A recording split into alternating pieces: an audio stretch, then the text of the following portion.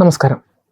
ദക്ഷിണേഷ്യൻ സുരക്ഷാ സന്തുലിതാവസ്ഥയിലും സൈനിക വാർത്തകളിലും വലിയ രീതിയിൽ ചർച്ച ചെയ്യപ്പെട്ട ഒന്നാണ് 2025 മെയ് മാസത്തിൽ നടന്ന ഓപ്പറേഷൻ സിന്ദൂറിനിടെ ഇന്ത്യയും പാകിസ്ഥാനും തമ്മിൽ നടന്ന വ്യോമാക്രമണങ്ങളെക്കുറിച്ചുള്ള അവകാശവാദങ്ങൾ.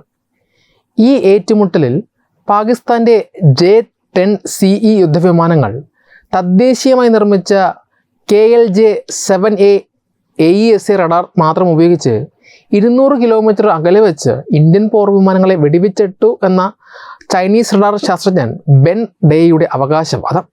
ഇത് പ്രതിരോധ ലോകത്ത് വലിയ തർക്കങ്ങൾക്ക് വഴി തുറന്നിരിക്കുകയാണ്.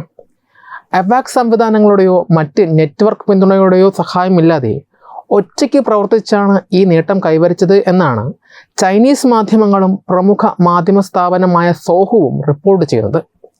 എന്നാൽ ഈ വാദങ്ങൾക്ക് പിന്നിലെ സാങ്കേതികവും പ്രായോഗികവുമായ വശങ്ങൾ ആഴത്തിൽ പരിശോധിക്കുമ്പോൾ പ്രസ്തുത അവകാശവാദം കേവലം ഒരു പ്രചാരണം മാത്രമാണ് എന്നും അതിൽ വലിയ രീതിയിലുള്ള സാങ്കേതിക വിടവുകൾ ഉണ്ടെന്നും വ്യക്തമാകുന്നു. ചൈനീസ് മാധ്യമങ്ങളും ശാസ്ത്രജ്ഞരും ഉയർത്തുന്ന വാദങ്ങളുടെ കാതൽ പാകിസ്ഥാൻ്റെ J-10CE വിമാനങ്ങൾ ഘടിപ്പിച്ചിട്ടുള്ള റഡാറിൻ്റെയും മിസൈലുകളുടെയും കരുത്തിനെക്കുറിച്ചാണ്.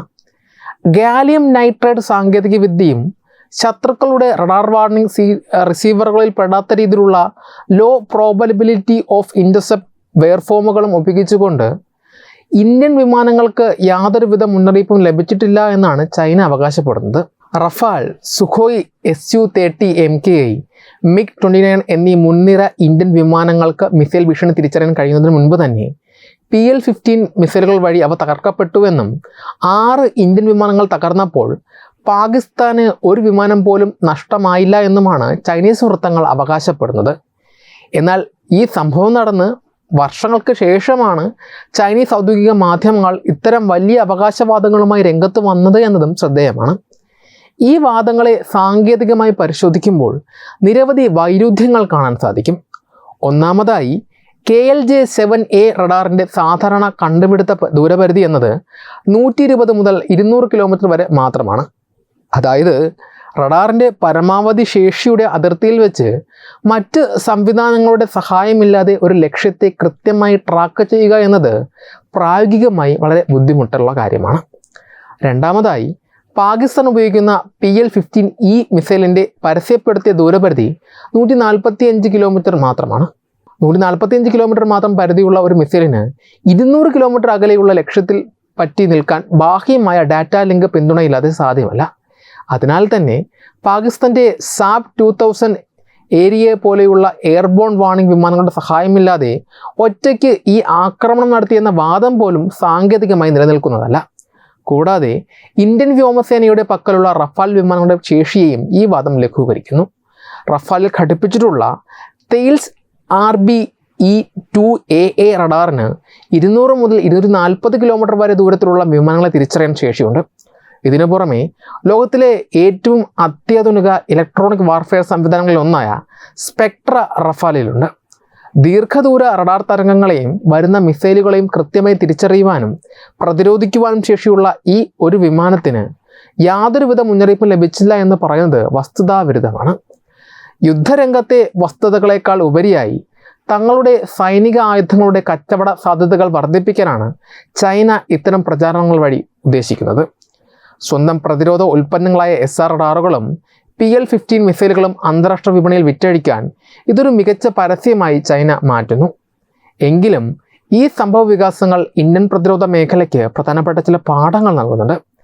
വ്യത്യസ്ത രാജ്യങ്ങളിൽ നിന്ന് വാങ്ങുന്ന ഇന്ത്യൻ വിമാനങ്ങൾ തമ്മിലുള്ള ഡാറ്റ നെറ്റ്വർക്കുകളുടെ സംയോജനം കൂടുതൽ ശക്തിപ്പെടുത്തേണ്ടതിൻ്റെ ആവശ്യകത ഇത് ചൂണ്ടിക്കാണിക്കുന്നു. ചുരുക്കത്തിൽ, ചൈനീസ് ശാസ്ത്രജ്ഞൻ്റെ അവകാശവാദം പ്രതിരോധ വിപണിയിലെ തന്ത്രപരമായ പ്രചാരണത്തിൻ്റെ ഭാഗമാണ് എങ്കിൽ കൂടി വ്യോമസേനയുടെ തന്ത്രപരമായ ഏകോപനം മെച്ചപ്പെടുത്താൻ ഇത്തരത്തിലുള്ള ചർച്ചകൾ ഇന്ത്യയെ സഹായിക്കുന്നുണ്ട്. തങ്ങളുടെ J-10CE വിമാനങ്ങളുടെയും SR റഡാറുകളുടെയും പ്രകടനത്തെക്കുറിച്ചും ചൈനീസ് മാധ്യമങ്ങളും ശാസ്ത്രജ്ഞരും നടത്തിയ വൻ അവകാശ പ്രചാരണങ്ങൾ സോഷ്യൽ മീഡിയയിലും പ്രതിരോധ നിരീക്ഷകർക്കിടയിലും തുറന്നു കാട്ടപ്പെടുന്നത് ചൈനയ്ക്ക് വലിയ സാങ്കേതിക, നയതന്ത്ര, വ്യാവസായിക തിരിച്ചടിയാണ് സമ്മാനിക്കുന്നത്.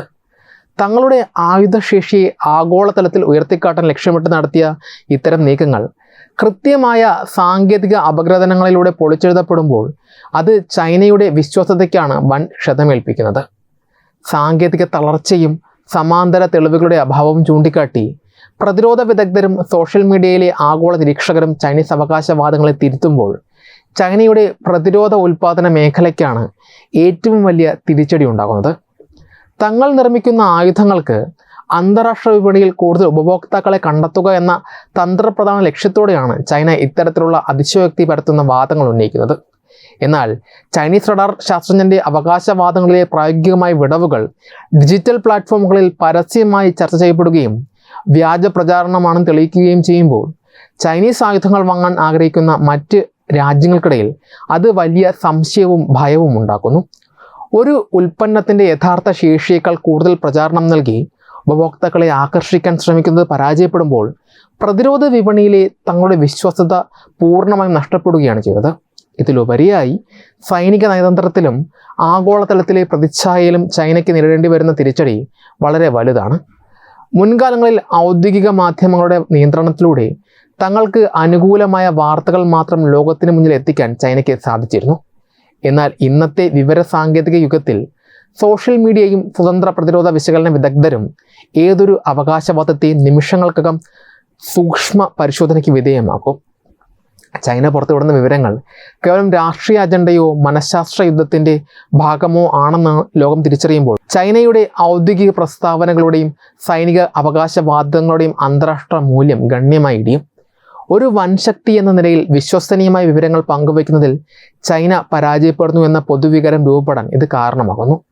കൂടാതെ സോഷ്യൽ മീഡിയ വഴി ഇത്തരം പ്രചാരണങ്ങൾ പൊളിയുന്നത് ശത്രുരാജ്യങ്ങൾക്ക്, പ്രത്യേകിച്ച് ഇന്ത്യക്ക് കൂടുതൽ തന്ത്രപരമായ ബോധവൽക്കരണത്തിനും മെച്ചപ്പെടലിനും വഴിയൊരുക്കും. ചൈനയും പാകിസ്ഥാനും ചേർന്ന് നടത്തുന്ന വ്യാജ പ്രചാരണങ്ങളെ വിശകലനം ചെയ്യുന്നതിലൂടെ തങ്ങളുടെ ഏത് പ്രതിരോധ സംവിധാനങ്ങളാണ് കൂടുതൽ ശക്തിപ്പെടുത്തേണ്ടതെന്ന വ്യക്തത ഇന്ത്യൻ വ്യോമസേനയ്ക്കും സൈനിക വിദഗ്ധർക്കും ലഭിക്കും.